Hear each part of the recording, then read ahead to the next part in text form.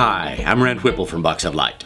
Welcome to the wonderful world of stop-action animation.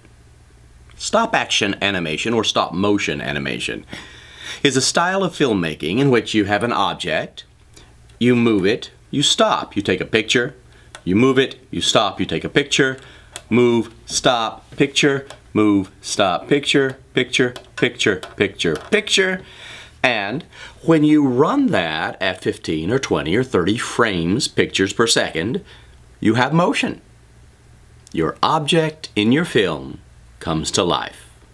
Now, for you budding young animators, stop-action animation is a wonderful way to win friends and influence people. It's also a lot of fun and really a cool thing to do with your iPod or your iPad or your computer. Teachers, stop-action animation is a wonderful kinesthetic, active, team-oriented activity that you can use to develop math skills, language skills, and those all-important social skills. What we've done here is to create a page that will teach you the basics of stop-action animation. We've broken that process down into steps, and every movie below will take you through one step of that process. But before you jump to those movies, I'd like to give you a sort of stop-action animation in a nutshell video. I'd like to take you through the process from camera to credits, sort of from soup to nuts. Let's look at that. Now, the first thing you're going to need, of course, is a camera. And you can use a digital still camera, you could use your iPhone, a tablet, or your computer with a webcam.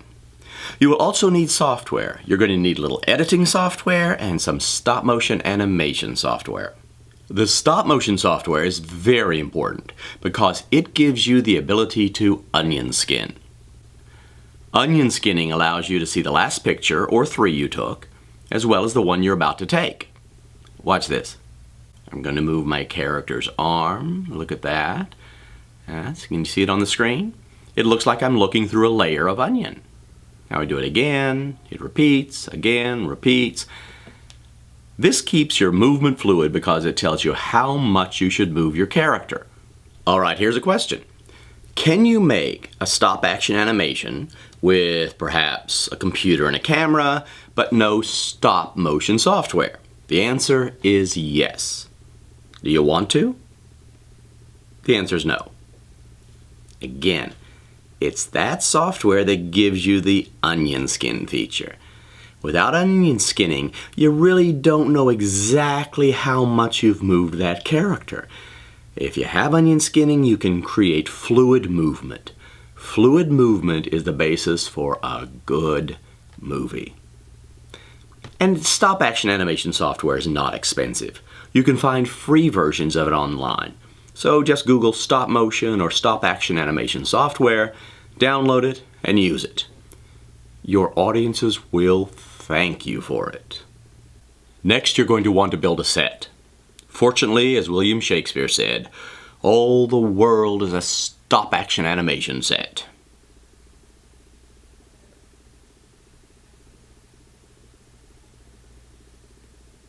Or something like that. Now, your own set can be as simple as your kitchen table or as elaborate as a sculpted, molded, painted set of your own. For our purposes, let's create a very simple paper set and look at how we want to place our camera. Now, if you do want to build your own set, then you're going to want something to hold up your backdrop. Here we have just a simple piece of foam core. You could use cardboard, it doesn't matter. And since we're shooting across, I am going to tape that like that. We're going to tape that baby down. And I've folded it so we have this sort of tripod thing going on that's going to help it stand.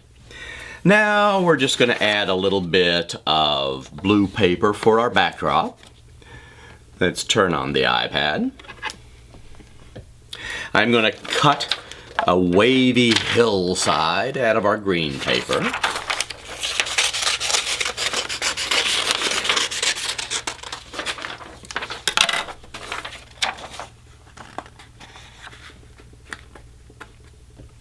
And frame up my camera.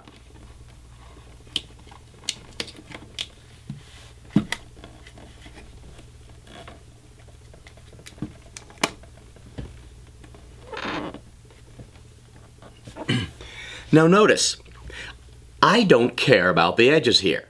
Not because I'm not a caring person, because I am, but because the camera can't see it, so the audience won't see it. Don't spend a lot of time building huge parts of your set that your audience will never see. Now we need some characters. For our actors today, we are going to use blocks of clay. Blocks of clay are wonderful actors. They do not complain about their lines, and they will not shove in front of you at the buffet line. This is Bob. This is Frida. I will now get Bob into character.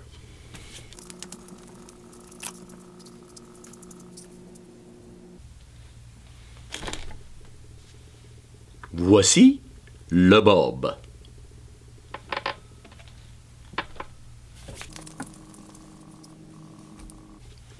Este es Frida. So now it is time to animate.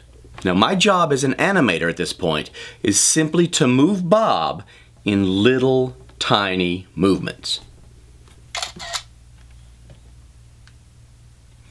Now we're going to see the onion skinning that we talked about.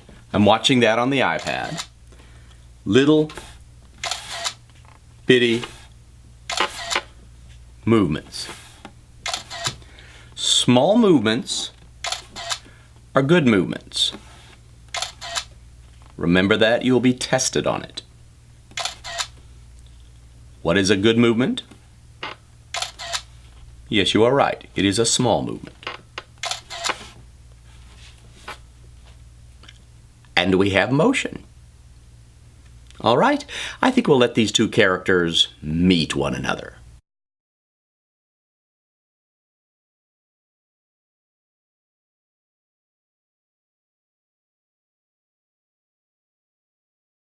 Now we are ready for our editing program. But before we move there, we have to actually export, render, or share our movie. All of these words mean the same thing. They mean digitally sort of painting your movie one frame at a time into a format that other applications can read. Now, because we are in the Apple environment, we are going to use the word share. So we will just touch our share icon, we will save it to the camera roll, and we will again share. Now, perhaps you can see at the bottom of the screen there is a little gray line moving across that says we are indeed rendering or sharing our movie. If you cannot see it, you must trust me. I am a trustworthy individual. You have my word on that. All right, we're done. Now at this point, we could actually put this movie online. We could load it to a website. We could email it. We could send it to Hollywood. Or, as most of you will do, send it to your grandmother. She will enjoy it. Once we are in our editing application, we can drop the clip into our video track. We can add some music. Ooh, do you hear how that creates a mood? Now we'll add a sound effect. Maybe a little conversation. Let's punctuate the effort it takes to get Frida to jump onto the well-rounded Bob. And finally, since our characters have performed so well, let's give them some applause. You can also use your editing program to add your credits and your title. Let's look at that final movie.